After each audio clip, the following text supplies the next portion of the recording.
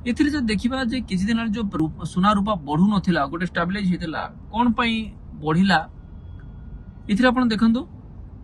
federal reserve जेतेबेले सुध हार जेतेबेले 25 basis point cut कले तेणु सुनार आउ रूपार रेट अंतर्जातीय स्तर रे बढ़िबा को लागेला किंतु एथिरे भारतीय बाजार रे जे देखिबा सेटा बेसी प्रभाव पड़ला रीजन रहउची जे डॉलर कारण आपण जे देखिबे अंतर्जातीय स्तर रे अदर करेंसी एगेंस्ट रे डॉलर स्ट्रांग हेनी किंतु मुद्रा आपणकर जदि देखिबा रुपी एगेंस्ट रे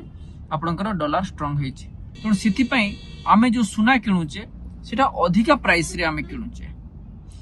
तेणु ये वर्तमान जहाँ देखा जाउची जे सुनार रेट जो आपण बढ़ी बढ़ी चली लक्षे 32 लक्षे 33 पाखापाखि 24 क्यारेट सुना दर एपटे रूपार दर पाखापाखि 2 लाख पाखापाखि 198 2 लाख पाखापाखि रही तेणु एथिरे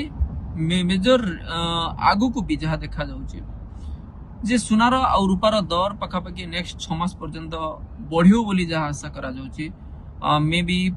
$5200 पर ट्रय आउंस पहुंची पारे सुना